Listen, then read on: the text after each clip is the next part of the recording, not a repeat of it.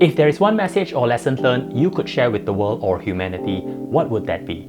Do leave a comment below as I am interested to know. That was a topic of discussion between my wife and I one evening. If there is a message we can pass on to our kids, what would that be? And she said something that really resonated with me, which was never give up on trying to be happier every day, even 1% happier each day. Which inspired today's video, which is the 3 lessons to happiness and how to live a good life according to Harvard Medical School professor Robert Waldinger.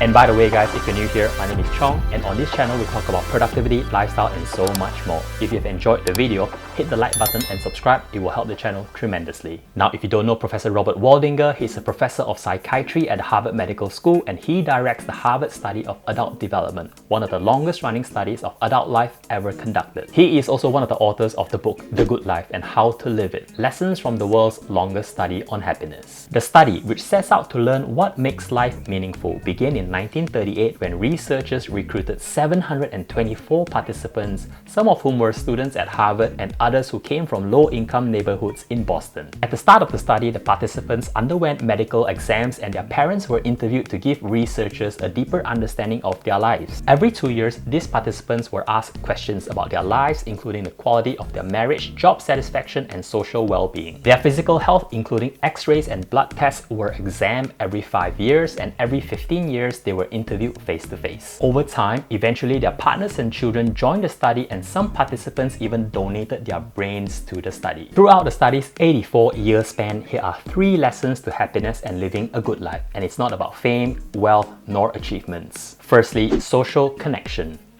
According to the study, the participants who reported being closer to their family, friends, or community tended to be happier and healthier than their less social counterparts. They also tend to live longer. By comparison, those who said they were lonelier reported feeling less happy as well as having worse physical and mental health. In some cases, saw their health decline earlier in midlife and also saw a decline in their brain function. So the key takeaway for me is mindful that being socially connected is important for our well-being. Start looking for opportunities where you can meet new people to expand your circle of friends, be it at your work social function, participating in a community volunteer groups, or joining a social team sports. But also in parallel, reconnect with some of your old friends who perhaps you have lost touch with over the years. When we reconnect with old friends, you will be surprised how well received it will be, because ultimately, we are all on the same boat doing life together.